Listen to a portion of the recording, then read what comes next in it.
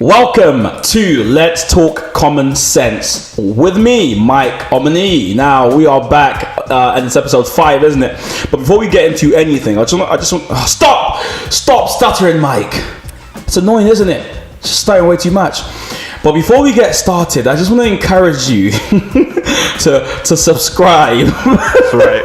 It's a bit aggressive, right? This is not the double start. Should we start again? No, let's just go. Let's be raw and real. Get it, guys. Subscribe. I'm aware a lot of you have been listening, watching, and enjoying this podcast. Well, please subscribe and share with a friend.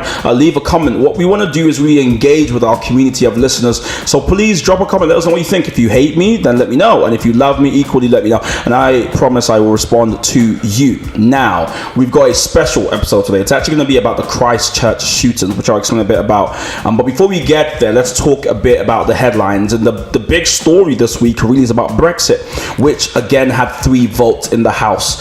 Theresa May's deal was again rejected, this time by less of a majority compared to last time. Last time was the biggest defeat in parliamentary, history, which is pretty dire.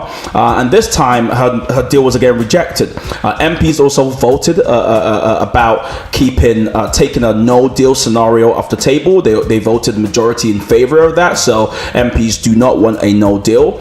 And lastly, MPs also voted, on Thursday, in favor of delaying Brexit, giving the UK, a bit more time to negotiate and work out a deal that works best for both parties.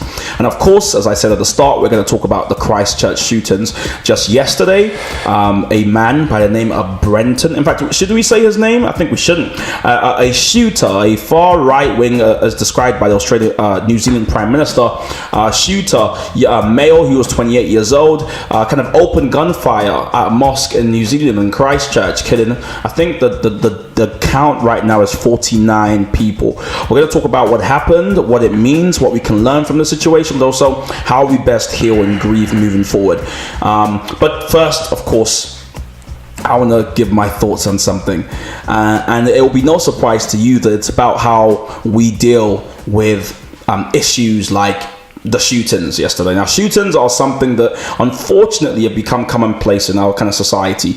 Every few months or so, a disenfranchised or confused young male typically will pick up a gun and open fire in different places. And in part, of course, having no firearms might make things easier, but also there's a much deeper thing we have to kind of scratch under the surface, and that is essentially how we heal social divides and how we foster social cohesion in metropolitan cities. The truth is, because of globalization, the world is more interconnected than it's ever been. Because of historical wrongs perpetrated in part by the West, it means people from not the West have been finding and seeking a home in the West. This is just the state of the way the world is now. Now more than ever, there is a great need for social cohesion, for people to recognize that we may be different, but we can live together harmoniously without you threatening my existence. This is what's really happening. This is what's really driving these attacks and all these other things, is that how do we have a society, a metropolitan society, for instance, London is 40% non-white.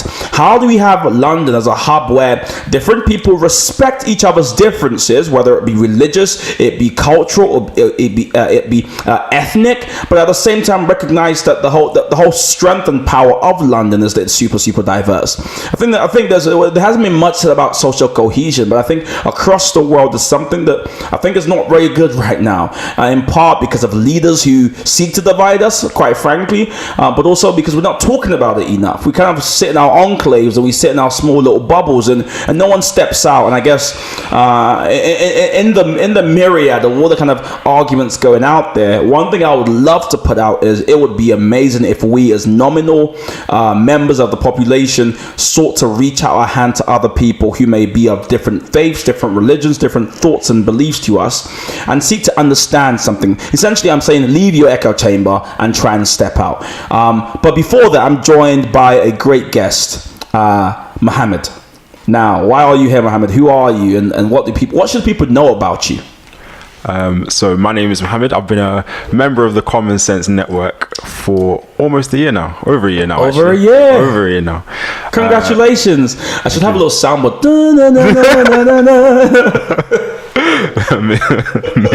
Maybe not yet. Okay.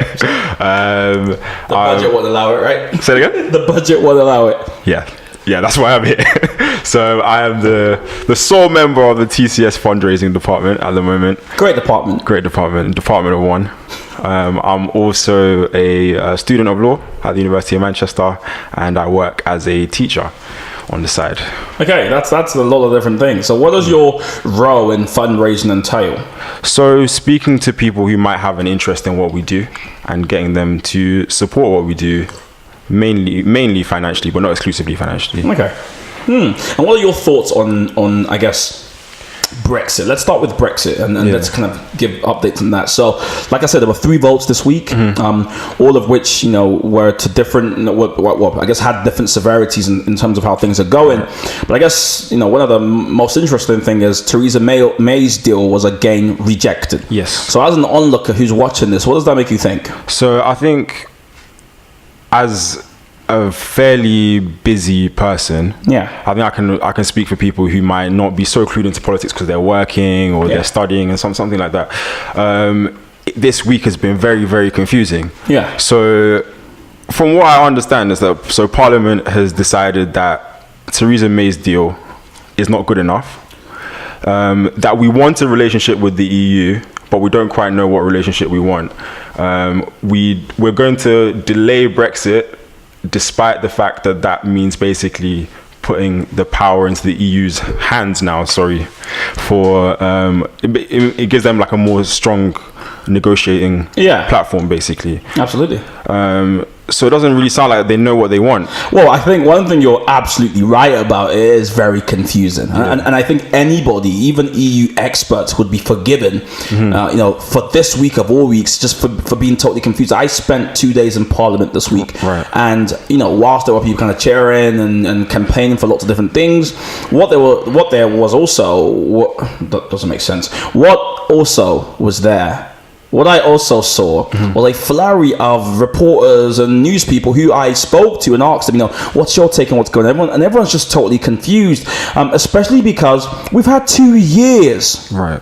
2 years to work on what does Brexit mean? What's the future of our worker relationship? And the fact that now we're going, just give us a few more months and we're going to sort it out. What's going to come out in the next few months that hasn't already? What's going to change? Couldn't this be an indication that this whole process it might not be worth it? I mean, not to sound like, because there's always the risk when you steer the conversation down that line that you'll be.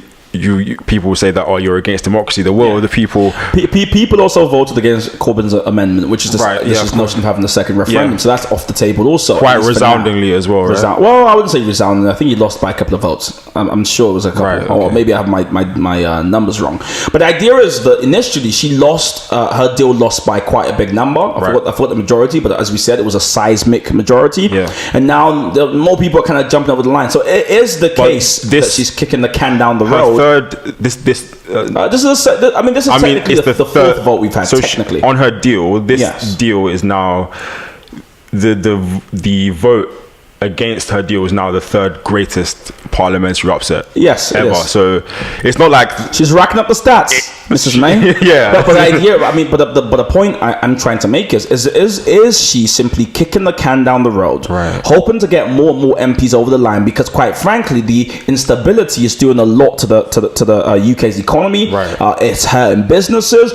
Businesses that don't know what to plan. We've been hearing about some businesses talking about moving their offices, their headquarters abroad, to Ireland, to so on and so forth. So I think her idea is if we can kick the can down the road enough, then perhaps we may have more MPs crossing over the line, and before you know it, she has enough to kind of back her vote, which I guess it's also very interesting because if you think about these votes that we had over the last week, no deal would be catastrophic for the EU. They've let us know this. Everyone knows this. It's severing our relationship, which we've been building since 1975, if you count our membership of the ECC. It's a really, really big deal, right?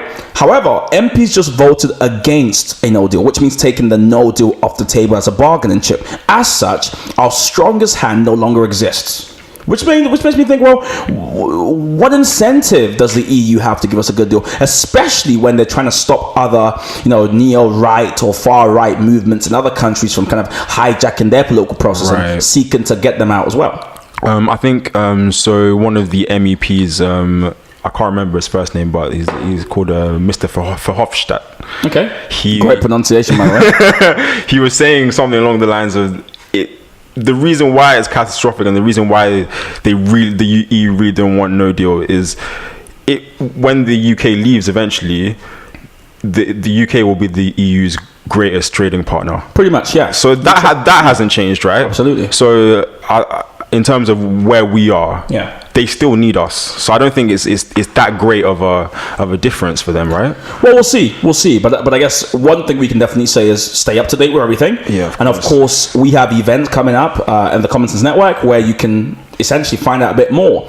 One event we have is Beyond Brexit, which is taking place on the 29th of this month of March, and it will be in Manchester. And what it will be is a whole day full of events where we talk about Brexit. We're starting at 9:30 a.m. ending at 8 p.m. and there's tons of events. One is a workshop where we're going to help people kind of dissect Brexit. It's called Inside Brexit. Find out about the EU institutions, the debates, what's driving them. Then we have the big debate where we want to get about 80 people. Film debate will be live streamed also, where people can kind of give their thoughts and opinions on Brexit. And obviously the last event, which is Beyond Brexit. There's been a lot of talk about Brexit, as you can imagine, but also what we haven't spoken about is what happens next. Yeah. What happens next after Brexit? How do we move forward? If Brexit is a symptom, what's the real issue? What's driving people's votes? What's driving the debate? And that's taking place in Manchester Town Centre, and tickets can be bought. No, they're free. Tickets are free from the Common Sense website, tcsnetwork.co.uk. Now, the Christchurch shootings. Like I said, pretty devastating event. Any shootings always devastating, but I guess this one is there's a lot of different things we want to unpack, because it's led to lots of different kind of outcries and different kind of moving parts. But the main suspect for the killing of 49 people in two mosques in New Zealand on Friday was Australian Brenton Tarrant, who is 28 years old, right? And he wrote a manifesto which he put online, which, as journalists, we have to read some stuff we really don't want to read, so we can kind of find out what's happening with the story, what are the moving parts, and trying to decipher if we can find out any new information. Of course, those who aren't journalists, if they're really, really curious and they're willing to kind of go through that thing, that kind of the pain, as it were, can do the same thing, but we recommend they don't, because there's just nothing to learn. And quite frankly, a lot of these actors want the airplay. They want to be talked about. They want to be seen as martyrs, so on and so forth. But before we kind of go on to kind of unpack the situation, what was your kind of first reaction to seeing the news item? I think not so much different from most people's reaction.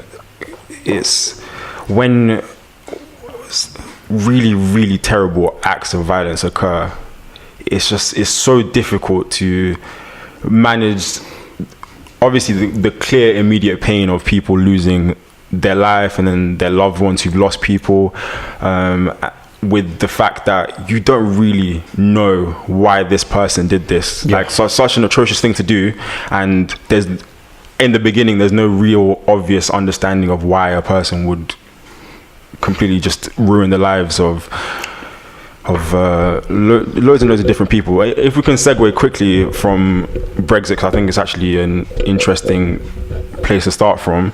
In his manifesto, he did talk about Brexit a little bit. He did, yeah. He said that, he doesn't really care too much about the politics of it, but it's emblematic of a wider issue where people of Western European background all over the world are starting to reject the idea of multiculturalism and different kinds of people living in European societies, which is a bit awkward because Australia's not in Europe, neither is New Zealand.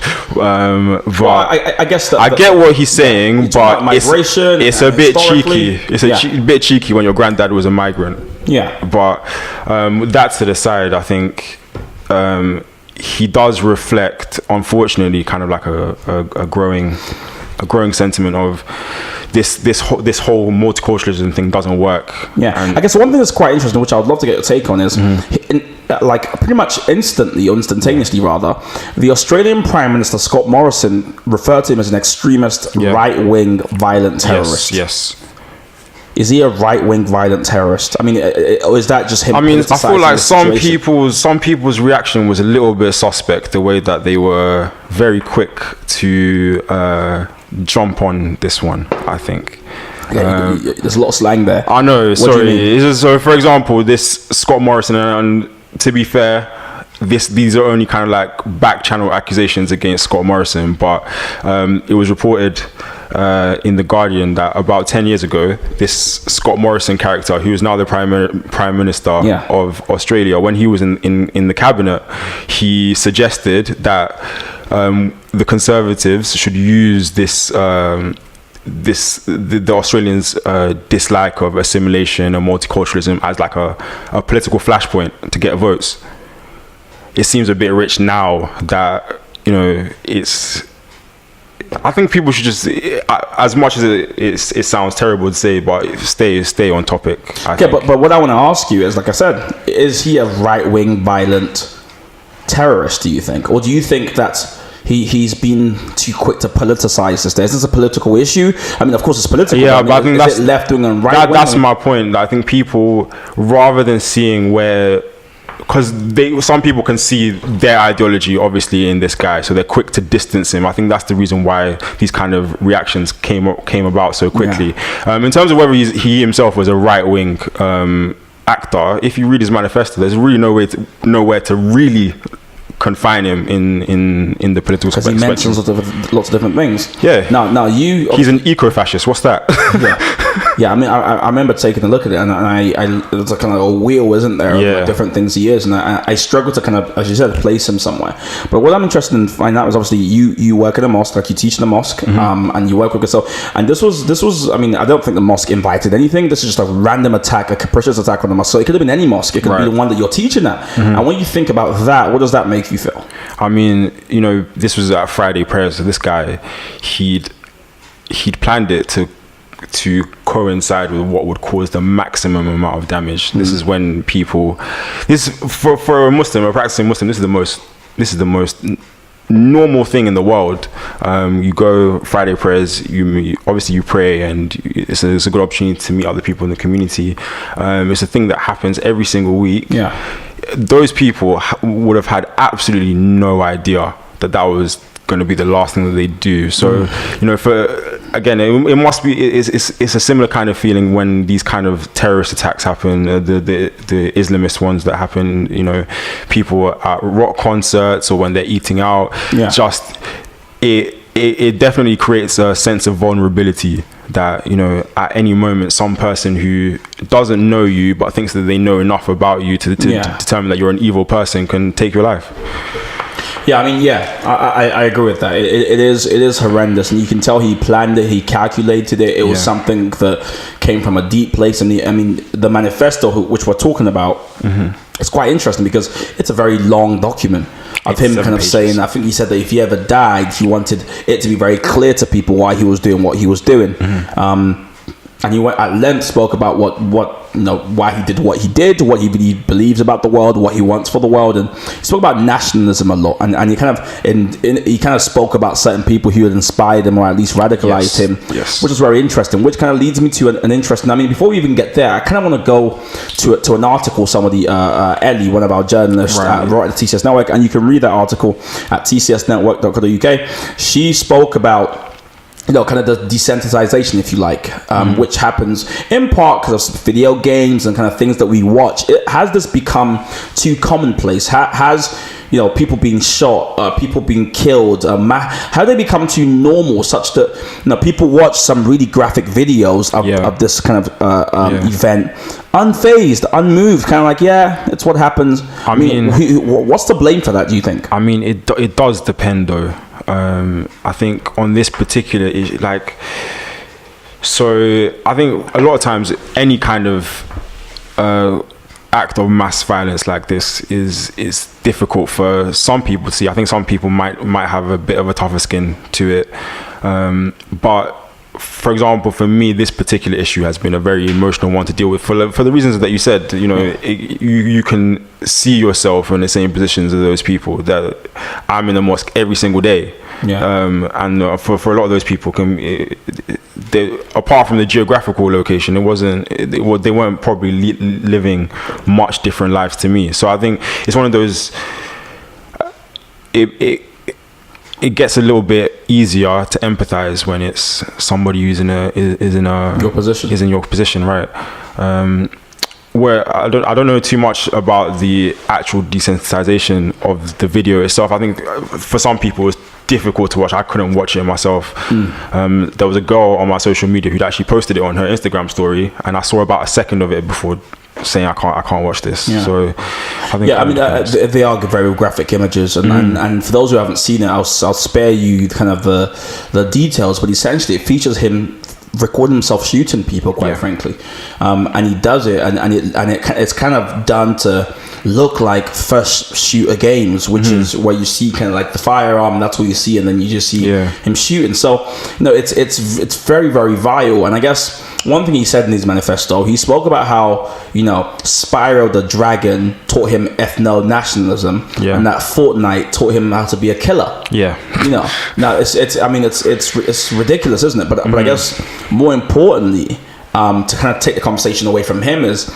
do these games, did they have a part to play in what's happening, or is just a bad apple, someone who kind of fell out the basket, someone who was kind of failed by society? I mean, he at length spoke about himself being a normal white man. I'm a 28 normal white man. I'm a nominal white man. I didn't go to uni. I didn't get any kind of education. I'm just literally a normal white man. Guy. However, clearly he's not. I mean, I don't think we can say he's representative of white men everywhere. So is this just someone whose society's failed, and or is there something bigger at play here? Do these games have something to have a part to play in this kind of thing? I mean, I don't know if you can blame this atrocity on Spyro 3. It was a game that came out on GameCube like 15 years ago. But and also I think, to be honest, I think he probably intended it to be some kind of a humorous poke at the way that we normally kind of cover these kind of situations. So he was trying to make it absolutely clear that I did it for these reasons. I thought the population of Muslims was too high, they're growing at too fast a rate, and the white race is dying. That's what he was trying to say.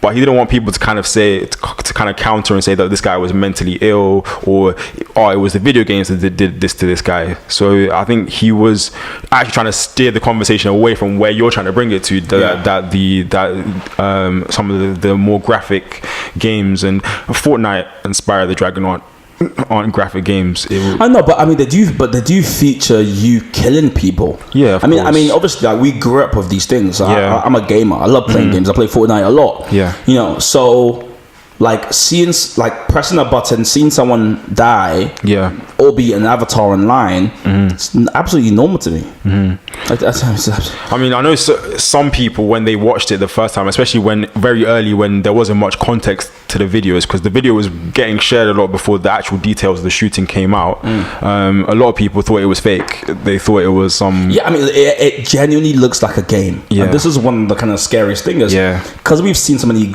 like games online, and a lot of 3D games and all these new games. It looks like just another realistic kind of first shooter game. And that's what's most eerie to me, is that you couldn't tell it apart really from your typical kind of Fortnite game. Maybe that's the difference, because I know as a child my parents never let me touch any of those games. I couldn't watch the video. Well, my parents didn't. They didn't care. That's probably their fault, right? I don't know, but I won't blame them. I wouldn't put the blame on parents. Like, people, the majority of human beings can tell the difference between a game and reality, and but that being said, there were also people on the live stream commenting and joking and egging him on while he was doing it. Really? I didn't get to see this. Oh no, it's really horrible. People were on the live stream saying things like, "Oh, good one, Bazaar. You get them." That kind of thing. So I don't know. Maybe they thought they also thought it was a game. Maybe, but I doubt it. Well, one thing that's really also interesting is we've seen some people responding to this event. Yeah. Because he also says that he was radicalized by Candace Owens, who was of all people. Of all people. I shudder to think. Imagine being Candace Owens. Yeah, she must be feeling horrible. Imagine just literally just. So he said he was influenced by her because every time she spoke, he said he was stunned by her insights and that kind of pushed him further, if you like. What do you think about this? I mean, what part do you think Candace Owens has to play here? I mean, so there's kind of two ways of looking at it. So Ben Shapiro, a well-known right-wing, what would you say, a commentator, he said that this was just a distraction. So he was trying to kind of rile up his people on that kind of alt-right side of things, maybe push them to violence a little bit more, and then kind of like naming people like Candace Owens and Donald Trump, people who are seen as kind of lights in this movement. Another way of thinking about it is that maybe some of the things that Candace Owens did say actually did influence this guy. But in terms of pinning the blame on her, aside from if she actually called for real violence against people, and I don't think there is any evidence of her doing so, I don't think you can pin it on Candace Owens or Donald Trump. Well, the reason why I bring it up obviously is because these guys have a massive following. I think Candace Owens has 1.1 million followers on Twitter, right? And as such,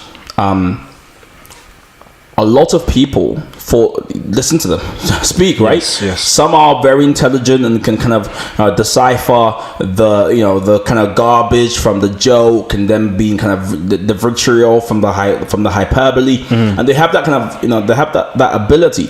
For the most part, a lot of people can't. So some jokes that they make about let's get rid of them. I mean, do you think that grab a gun and defend your country is the same thing as saying grab a gun and mow down 49 people in a mosque? No, I'm not. No, they're not the same thing. I mean, like in terms of vernacular. I think most people can tell the difference. I don't think so. Really? I think you have to understand that because of social media and just the proliferation of social media, a lot more people are on all you need to be able to do to have a social media account is pretty much like put an email down, right? And like tick some boxes. So she's not responsible, of course, for people's actions. You can't be, right? And incitement to violence is illegal. Yeah. However, innuendo is just that. It's open to interpretation. So as a leader, it kind of falls incumbent on you, I think, to think about your followers. Like if you have a platform, you are to be a role model. That's just what comes with it. Yes, you get lots of fans. You can go on Periscope and 1,000 people watch you, and that's all great. But your cross to bear is that you have to care really how the message is perceived. How the message is being perceived. So if you say grab a gun and defend your country, I mean that's that. You can't say that's a joke. I can understand someone taking that and taking it the wrong way. Yeah. I mean, do you not think that? I mean, she can intend. I think she could. I can't see a logical bridge between grab a gun and defend your country. Okay, that sounds like right wing America, far right. What does it mean to defend your country? I don't know what it means. That's the point. I don't know what it means. It could mean anything. It could mean, oh my gosh, he's right. There's too many Muslims in my local community. I better get a gun. Like, it could mean that. It could mean, go to where you think the biggest threat is, which in this guy's mind was a mosque. I just think that they're just right-wing talking points that mean nothing, and people take them and make them something. So they've kind of molded the message in their own image. I think we'll be shocked, based on where you are politically, how much people actually believe some of these things, especially those things on the right. I mean, the point is though, does she have a part to play in this? Not so much as she's responsible, of course she isn't, but can people with large platforms think a bit more carefully about what they say? For example, if a person that we know quite well, the Common Sense Network, Mr. Sam Harris. Okay. When he says things like, so we're not at war with extremism, we're not at war with people from certain countries, we're at war with Islam, and we're at war with Muslims. As he said, we're at war with Muslims. That's my little tag on. That's what that means. But that's not helpful. Why not? Because him saying we're at war with Islam might be him saying let's go to war on ideas. Him saying we're against the Muslims so a second ago, akin to saying defend your country with a gun. A second ago, you said people can you a second ago just said that somebody can interpret we are at war, grab your gun and defend your country, and spin that in a completely different way. No, I don't think it's completely different. I think there's innuendo there. If someone says pick up a gun, guns are made for shooting.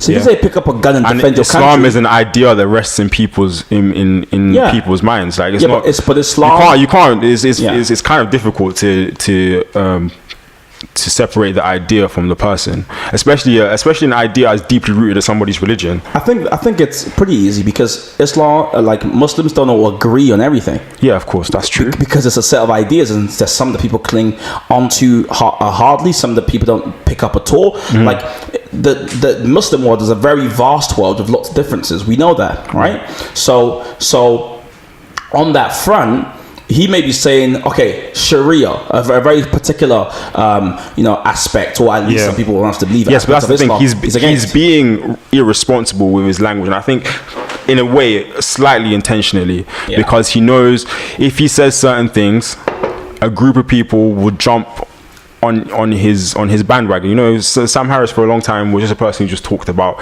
religion in general, how religion is in general irrational and that kind of thing. But I think speaking about Islam but I guess the only difference with Sam Harris is he does it with every religion. Like I don't think he's ever picked on Islam particularly. He talks about he released a film. His latest work is called his last documentary was about Islam. His latest book. So is your point that he picks on Islam more? Not that he picks on Islam more, but he knows that talking about Islam has definitely propelled his career. Okay, that's not my point. My point is just now he has a crowd. He has a crowd from talking about Islam, and he knows that a certain part of his crowd, if he when he's speaking irresponsibly and not being nuanced in what he's saying, a part of his crowd kind of I got you. But the only thing is just to make the point is that he equally offends, I think, every religion. I've watched him speak about Christianity as like being like he said all sorts of things about Christianity equally. Yeah, but he doesn't say that Christianity is at war with the West. No, but again, I think we're getting lost in like the spiral, because the point really is these people. Because I would agree with you if you asked me, can Sam Harris be more careful? The answer is yes, absolutely. Yeah. I think you can disagree with something, so he doesn't have to agree with Islam, right? But using words like war or are probably, they're problematic because they might ramp up certain sentiments that people may be already feeling, right? But I think what doesn't do us good here is kind of lumping everyone in one box. But thinking about these issues, Candace Owens, like if she said pick up your gun and defend your country. Candace Owens, I don't think we're talking about the right person. I think Candace Owens. Well, no, we're talking about her not because we just picked her randomly. He's saying that he was radicalized by her. Yeah, I don't think it's true. Let's say he's lying. right? And whatever. And if that's the case, then obviously we're talking about the wrong person. But also, let's say he's been honest and she's radicalized her. Right. So and she's radicalized him. Then we can at least in part say, kind of try and tease out where it's come from. And that sentiment, that statement she said, and other probably things of that kind aren't helpful. And I think it does fall incumbent on people with large platforms to understand that what leaders allow for in little bits, followers allow for in excess. And that's just a typical way that life works. If you're a leader and you say certain things, theology, so to speak, starts really rich at the top, and then it just gets more diluted as you go down. So she might be there with her nuanced points, and I don't think I would never call Candace Owens nuanced at all. But let's just imagine like she's nuanced up there. By the time it filters down to her followers on Twitter, they're just taking what she says and running with it. So you do have to care. You can't blame her. I'm not saying she's to blame, but she has to care a bit more. Yeah, I agree. But you still don't like Sam Harris.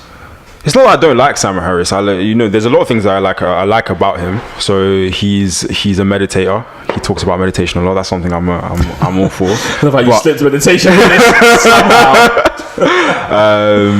But I think, I agree with you. His language can be irresponsible at times, and he knows that a section of his tribe. I think he has to be aware that a section of his tribe can misunderstand the things that he says, or make much more extreme interpretations of them, especially when that's the charge that he levels at Islam itself, right?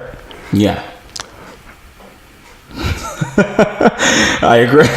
Yeah, I thought you were still developing your point. No, I'm done. Okay, cool. Good. Let's leave Sam Harris then. But one thing that's been quite interesting to see is the speed of the government, or at least the Attorney General, in suggesting how we deal with this. So, the Guardian reported that pretty much straight away, the Attorney General in New Zealand urged the government to ban semi-automatic weapons. Yeah. I mean, what do you think about that in relation, I guess, to America, which has literally, I think, it has mass shootings every day or so? Do you think? I'm not sure. And nothing's changed. I mean, New Zealand, I think, hasn't had a mass shooting in God knows how long. Yeah. And they have a very, very tight system for gun ownership, registration, and those kind of things. So, as a country, that is a model for gun ownership. New Zealand is up there. I think it might be a bit of a rush to judgment to change the laws so quickly. I mean, one of the reasons why I said that there was 2 locations where the attack happened. One, the first mosque, he managed to kill 41 people, I believe. In the second mosque, a similar thing could have happened. He only killed 8 people there, but then there was another person with a gun who was able to drive him away. At least that's what most of the early reports said anyway. And which is kind of like the NRA's line in America, isn't it? Well, the only thing that defeats a bad guy with a gun is a good guy with a gun. And I think for a lot of people who might have otherwise disagreed, that was kind of that idea embodied in real life. So. Yeah, but I mean, I agree. I do think that it's a bit of a rush, but also it is pretty interesting to see a government, at least, or like leaders in the country moving really fast to say let's attack this problem straight away. Yeah, but I think it's only because this does not happen in New Zealand. Yeah, so it's not as commonplace. It's not something that happens all the time. But in America, because this happens all the time, it's like, oh well, it happens. I mean, Obama cried, nothing changed. We saw like children mowed down, like families destroyed. Nothing changed because obviously it's a constitutional thing, isn't it? The idea there is that gun ownership is part and parcel of it's a God-given right. The forefathers, they wrote it down and committed ink to paper, and as such, it's kind of it's now written in their heart somewhere, right? Right. Yeah. But then at the same time, I believe that most Americans, the population, they are in favor of gun ownership, like background checks and things of that nature. Yeah. So in terms of where they are at, I think they would actually much prefer the New Zealand model. Yeah. But I guess America is just so much larger, and the idea is that there's so many issues of gun ownership, as we've covered extensively. If you literally type in "gun" on the TCS Network website, you'll see many articles detailing one covering mass shootings, TCSNetwork.co.uk, covering mass shootings, covering whether guns should be banned or not. Like we've had several debates about gun ownership in America. I don't see that changing anytime soon. I just thought it would be interesting to hear your perspective, and I guess we've done that a bit. We could talk about the issue forever, as you know. Yeah, of course. But for the most part, I mean, like I said at the start, during the monologue, it really just highlights, for me, the need to have people talking to each other. Absolutely. Because reading that manifesto, what struck me was, I'm very, very certain he did not know a lot of Muslims. I could just tell, because the way he spoke about Muslims, about those who weren't European, quote unquote, even though he's using that term loosely, his statements were just indicative of someone who did not understand the kind of plight or the thought or the opinions, quite frankly, of the other side. Yeah. He had so much drank his own Kool-Aid, and then his own side kind of, points that he couldn't really understand what was going on the other side. Yeah. And I really do think the way we beat racism, in the first instance, right, is to just introduce more races together.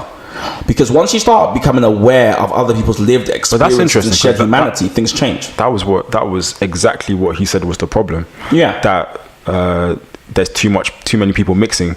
He even said that the group that he detests the most is not Muslims, but it was the white convert to Islam, because they've kind of abandoned the tribe. The whole manifesto was steeped in tribalism. He every kind of actor in his manifesto was just one dimensional. So you have the Turks over there, you have the Muslims over here, that kind of thing. And it's helpful that way, because that way it's easier to use them in said storytelling. Like everyone's just one, as you said, everyone's thin, everyone has one layer, everyone's a caricature, and it's easy to say you're this, you're that, Muslims are this, but it's like, no, we're all complicated. And this is one of the reasons I love the Commentators Network, is because we get a chance to meet people who are a bag of inconsistencies and like, how does that work? I'm a this, that, what, that kind of thing. But it's really helpful, because it means you get to learn about other people's lived experiences. And I just think, away from him, as a society, it's what we need more. We need more people talking to each other about their beliefs, where they come from, and when you start seeing humanity in other people, I think that will change things. Because when he went out there and he started shooting, I could just tell, here's a man who had lost all faith in humanity, who had stopped seeing people as intrinsically worthy of like their humanity, but he just saw them as like tools or pawns or kind of items. And when as he opened fire, you could just tell he didn't really respect humanity. And that's what happens when you're kind of locked into one way of thinking, into one system. So if anything, I hope what this podcast encourages you to do, if you're listening to it, it's just to step out and to really try hard to just find out about other people and what they believe and why they believe. Whether it's at work and there's a colleague that you can speak to and just say, hey, like, why do you wear this, or why do you believe this, and just kind of start to probe people to find out about the full expression of their existence. Then you just learn more about the world, and you realize that it's a massive strength. Diversity is a strength. It's difficult. Like social cohesion is difficult, because people typically throughout history, we've survived because of tribes. So now we think equally, we have to kind of cling onto our tribes, but there's bigger tribes than race. There's bigger tribes than religion. And I guess once we start opening up our minds to these things, then perhaps we start seeing things change. But Muhammed, you've been a great guest. Thank you for having me. You've been a great guest. I hope we can have you on another time talking about something else. Hopefully. Do you have any last words to share with people before we leave? I think so, to kind of mirror what you're saying, I think everybody in the network has kind of joined for their own reasons. Like, most people, they really do like the idea of bringing two sides together. Some people might be here because they're trying to eye off a spot on the mainstream media, maybe. But we hope not. I hope not. But I think what for me is really, really attractive about this idea is that when you're able to present people with not just new ideas, but to see how detached people are from their ideas, that a person isn't just this individual idea that you hate about them. There's so many different layers to a person. You're able to start thinking a little bit better, a little bit more clearly about other people. And so, beyond whatever we can achieve, politically, I think there's a great potential for what we do to really transform people's lives, so they can actually be a lot happier and more cohesive when you're able to be friends with anybody, because you know that just one little thing that you don't like about the way somebody thinks isn't the whole of that person. Absolutely. You live a much better life. Wow, profound. That's pretty good. What a way to end. Well, guys, I feel that's enough inspiration for you. I hope you're not high on inspiration now. That's a lot there. Buy a ticket. And even I mean, we've seen through this episode, but even just through people coming together, that even through the deepest tragedies, lots of different good things, I guess, can be born. So let's unite. Let's never cower, and let's never give in to what terrorists and, quite frankly, those who seek to divide us want. Let's use this as a way to kind of grow even closer together, to reach out to people. Until next week, really, that's your lot. But before I go, some announcements. As I said, we've got tons of events coming up, so I'd love you to come along. If you're listening, then there are some events, and if you're based in Manchester, there are some events you can come to. The first one is on the 25th of March, where we're going to be having Let's Talk Common Sense live. That's right, a live show of this podcast. Unbelievable already. I know. I can't believe it. What? This isn't live. No, it's live, but it's basically we're going to have a live audience as well. Ooh, great. Now, so we get to discuss these issues with a live audience, which is just like, woohoo, that should be cannot really cool. wait. And then on the 29th, we have Beyond Brexit, which I've already promoted. I don't do anymore, but it's a day all about Brexit. Then April the 4th, we're going to have the Common Sense Tour. In Manchester. Common Sense Tour Manchester with Adrian Childs. Special guest, Adrian Childs. Adrian Childs. He'll be there. So yeah, come along. Come and have a chat, have a chinwag, disagree with us. But most importantly, as Muhammad said, leave learning something and become better. Become better. Until next week, take care.